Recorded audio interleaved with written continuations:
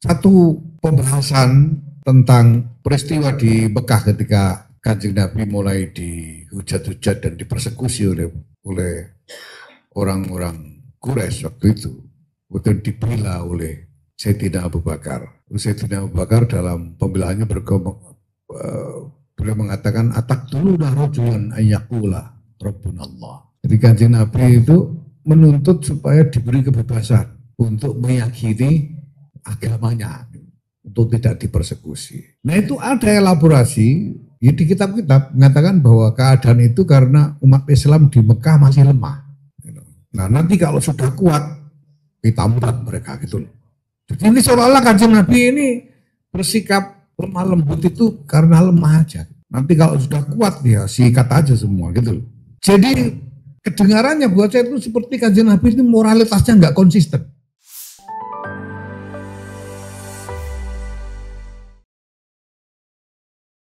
Puluhan tahun pencarian sebetulnya. Kemudian apa sih? Apakah nggak ada contoh tentang bagaimana perdamaian itu dilakukan? Nah ternyata kemudian contohnya itu sangat masyhur dan sangat sangat simpel sebetulnya, yaitu perjanjian itu. Kanjeng Nabi itu beberapa kali melakukan perjanjian-perjanjian penting. Yang pertama Piagam Madinah jelas. Kemudian perjanjian Hudaybiyah. Kemudian satu lagi itu yang saya tahu itu perjanjian Tabuk, perjanjian perbatasan.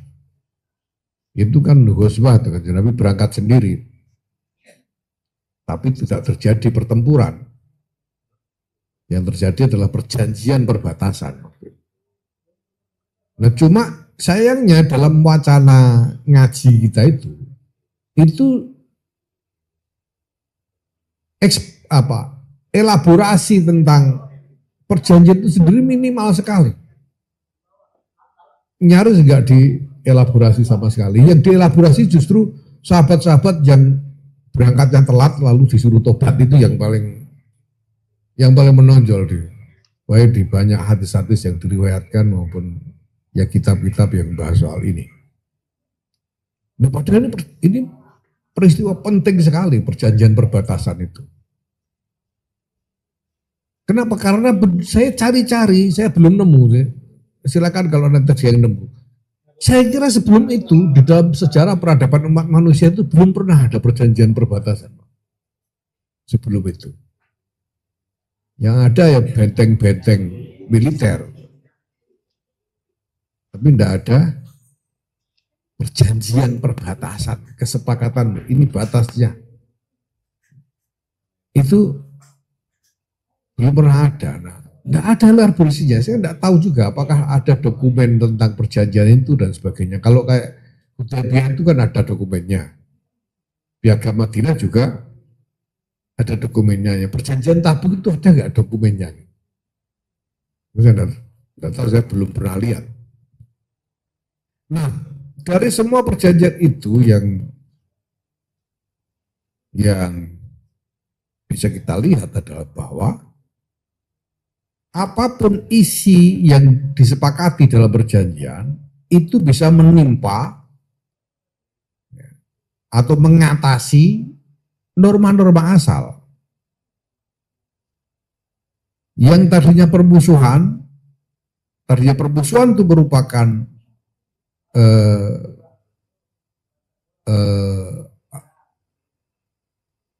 sesuatu yang menjadi asas permusuhan yang tadinya merupakan asas pergaulan antara kelompok antara mukmin dengan kafir,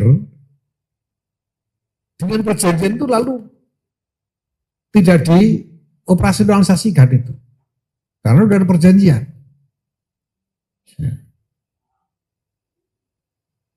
Dan ya orang berargumen bahwa itu terjadi sebelum ada perintah perang. Nah, walaupun ada wawasan tentang nasih mansuh, itu kan apapun saya kira Tidak mungkin kita mempersepsikan Rasulullah ya atau ajaran Islam itu mencela-mencela itu kan tidak bisa. Kan harus ada premis yang tetap itu harus ada, tidak boleh berubah. Ada misalnya satu pembahasan tentang peristiwa di Mekah ketika Kanjeng Nabi mulai dihujat-hujat dan dipersekusi oleh orang-orang Quraisy waktu itu, bahkan dibela oleh Sayyidina Abu Bakar. Sayyidina Abu Bakar dalam pembelaannya beliau mengatakan ataqtuluna rajulan ayyaqula rabbunallah. Jadi Kanjeng Nabi itu menuntut supaya diberi kebebasan untuk meyakini agamanya, untuk tidak dipersekusi. Nah itu ada elaborasi ya, di kitab-kitab mengatakan bahwa keadaan itu karena umat Islam di Mekah masih lemah. Nah nanti kalau sudah kuat kita mudat mereka gitu loh. Jadi ini seolah-olah Kanjeng Nabi ini bersikap lemah lembut itu karena lemah aja. Nanti kalau sudah kuat ya sikat aja semua gitu loh. Jadi kedengarannya buat saya itu seperti Kanjeng Nabi itu moralitasnya nggak konsisten. Kanjeng Nabi pulang dari Taif tidak bisa masuk Mekah karena takut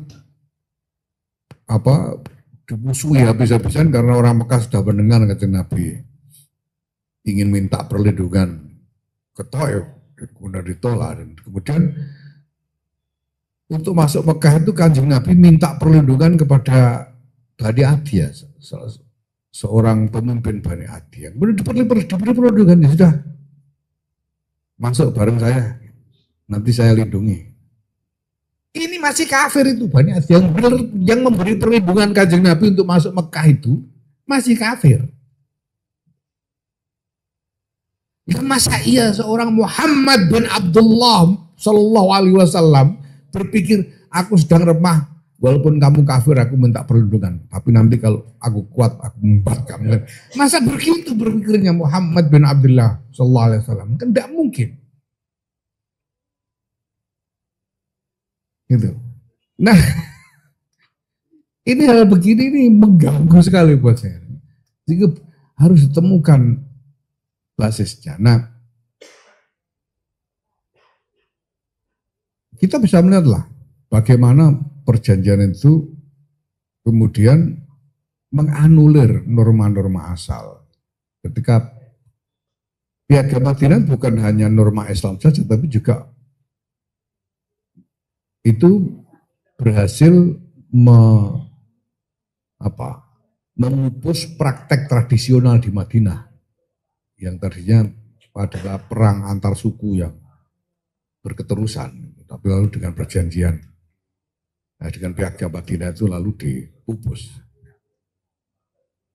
Nah, perjanjian Hudaybiyah itu sering saya sebut karena sangat menyolok bagaimana sudah ikhram belum tuaf sa'i kok disuruh tahalul sama Kanjeng Nabi karena ada perjanjian. Ya, dan kemudian bahwa diktum-diktum perjanjian itu ditegakkan dengan saklek sekali sampai-sampai misalnya ada Abu Jandal yang sudah masuk Islam dan nyusul mau ikut Kanjeng Nabi disuruh balik lagi karena diminta sama bapaknya Abu Jandal bin Suhail. Lalu Kanjeng Nabi sudah pulang ke Madinah, datang Abu Bashir yang mau bergabung, ditolak Kanjeng Nabi. Ini sampai ada artikulasi Abu Bashir, aku ini beriman kepadamu dan ingin menyelamatkan diri dari ancaman kaumku yang masih kafir. untuk bergabung denganmu, kenapa kamu tolak? Ditolak beneran sama Kanjeng Nabi. Dasarnya perjanjian Hudaybiyah. Nah, itu berarti ini kan membatalkan norma asal. Dan norma asalnya kan al-mu'minu akhul mu'min, al-mu'minul mu'minu kal jismil wahid. Lah ini ada orang mukmin mau gabung siacam, orang Quraisy ditolak suruh balik itu. Karena perjanjian. Maksudnya apa? Ini saya melihat bahwa ini mungkin bisa menjadi pondasi yang jauh lebih kuat daripada omong kosong moderasi beragama itu. Daripada dusta moderasi beragama itu. Ini lebih kuat. Kalau kita mau, ya, pondasinya konsensus. Perjanjian itu konsensus. Kenapa kemudian misalnya kita ini, ulama-ulama kita itu juga melawan DITI waktu itu, yang sesama Muslim, yang mengibarkan bendera untuk negara Islam. Kenapa? Perang beneran kan? Ulama kita terlibat pertempuran melawan DITI. Kenapa? Nah, kalau kita runut nggak ada dasar selain konsensus itu. Kita sudah konsensus mau NKRI. Yang lawan ini ya berarti mengingkari konsensus dan harus ditentang. Nah, dan ini rupanya ada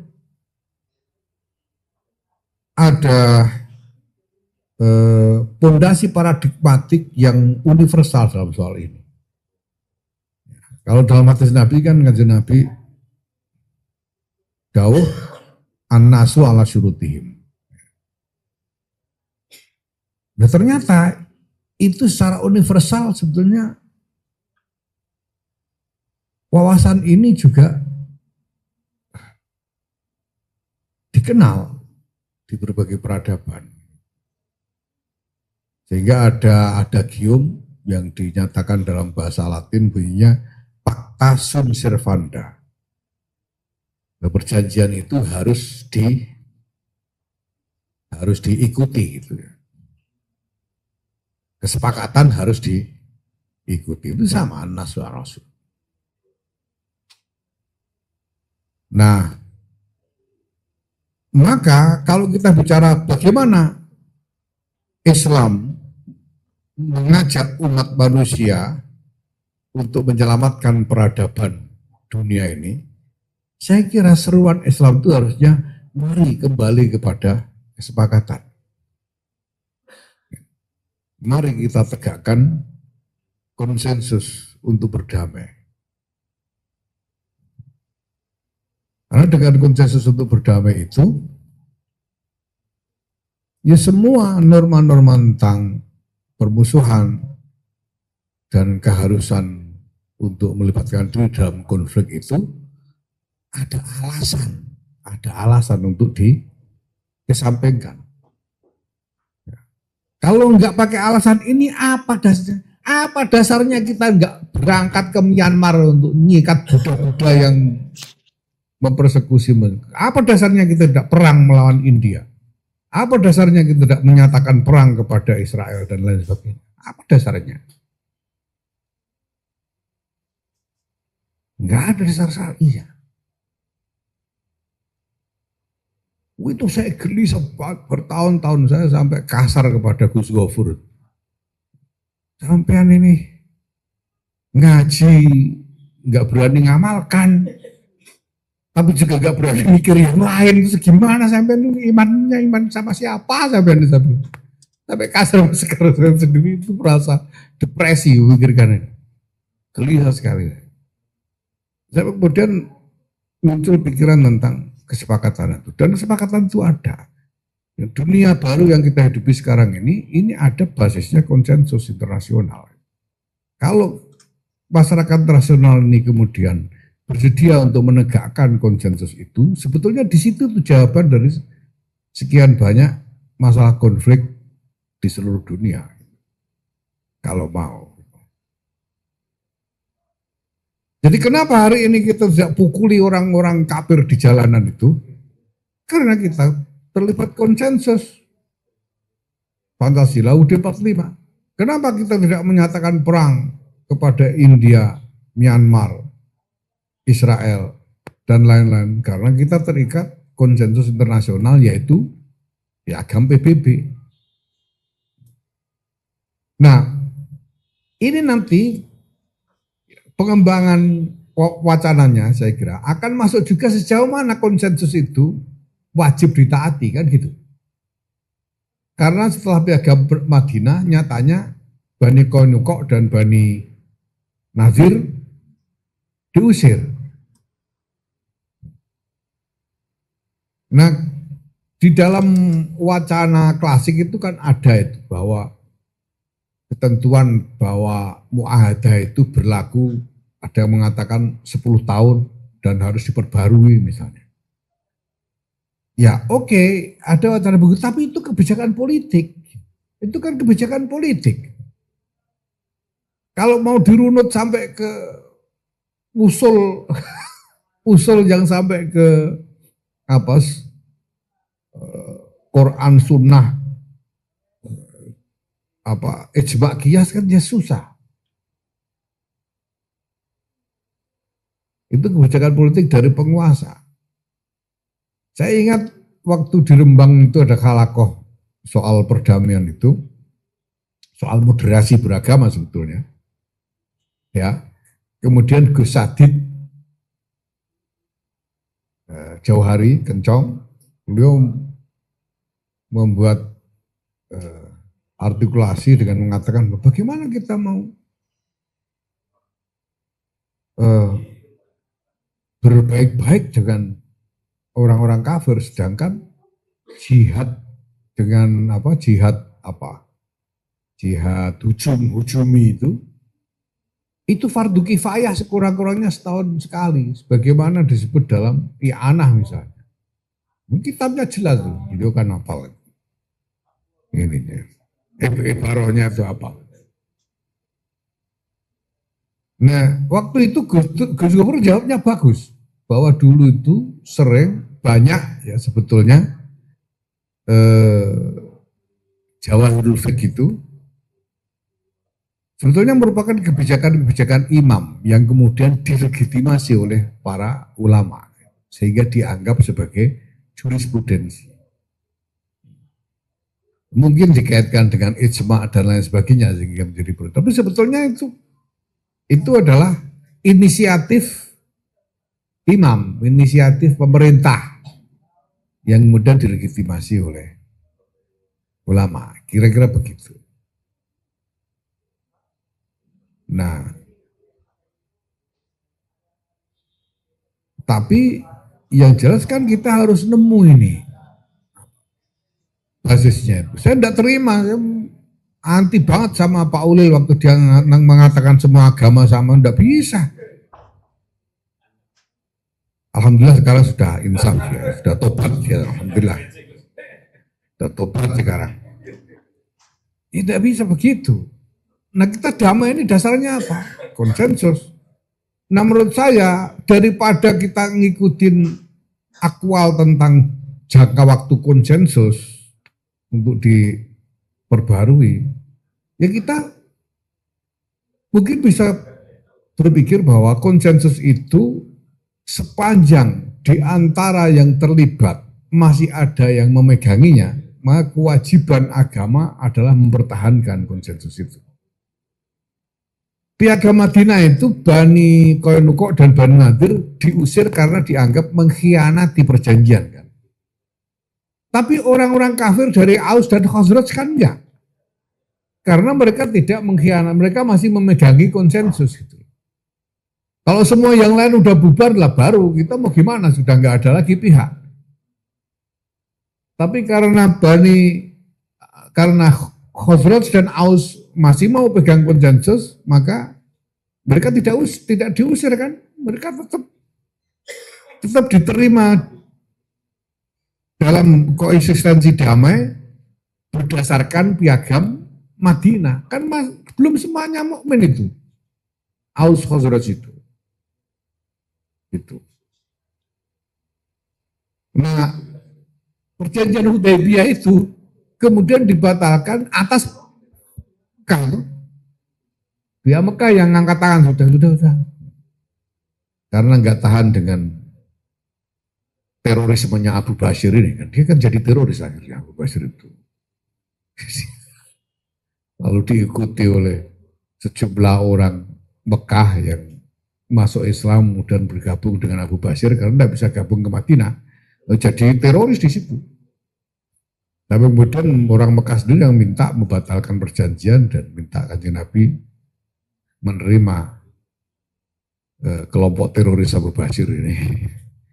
Abu Bashir ya, bukan Abu Bakar Bashir, Abu Bashir. Untuk diterima ke dalam Madinah. Gitu. Yang sayangnya saya sebetulnya sangat terharu sekali itu membaca itu. Karena Abu Bashir ini wafat sebelum sempat bergabung ke Madinah. Masya Allah.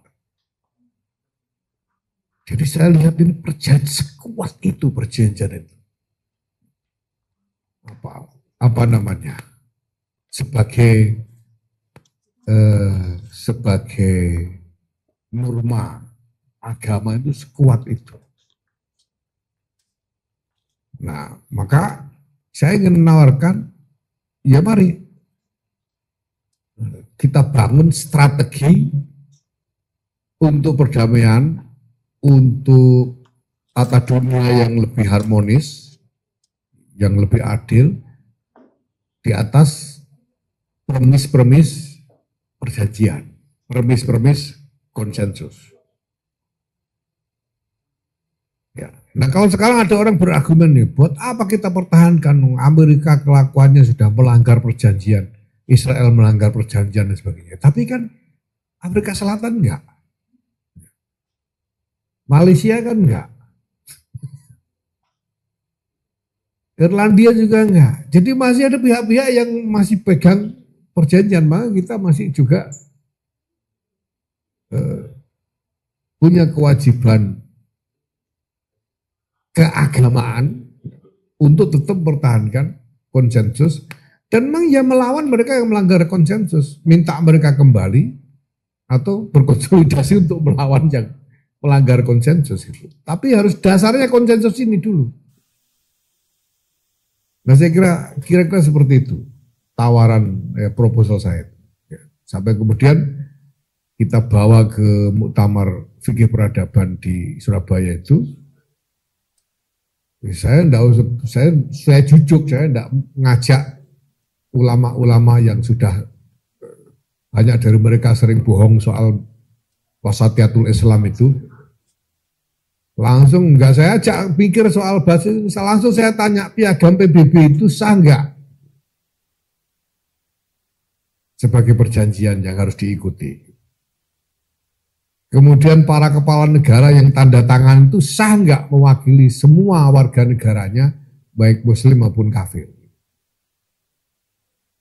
Hingga kita beri contoh misalnya kalau Indonesia Soekarno tanda tangan mungkin lebih gampang dipahami karena Indonesia mayoritas muslim.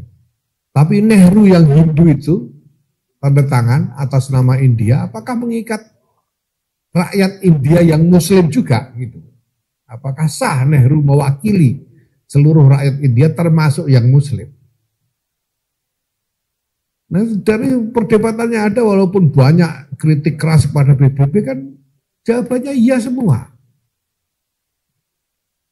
Dan itu memang secara politis sudah saya hitung, tidak mungkin itu kiai-kiai internasional itu mau jawab nggak sah. Karena kalau mereka jawab nggak sah, negara mereka jadi tidak sah semua gitu. Karena keberadaan negara-negara pasca Perang Dunia Kedua itu landasan legitimasinya adalah piagam PBB. Ya, pasti tidak akan bilang nggak sah. Jawabannya makanya sah. Dan kepala negaranya sah, ya sudah. Kalau kepala negara sah, perjanjian mengikat, maka perjanjian itu juga mengikat seluruh warga, termasuk umat Islam. Terikat oleh perjanjian itu.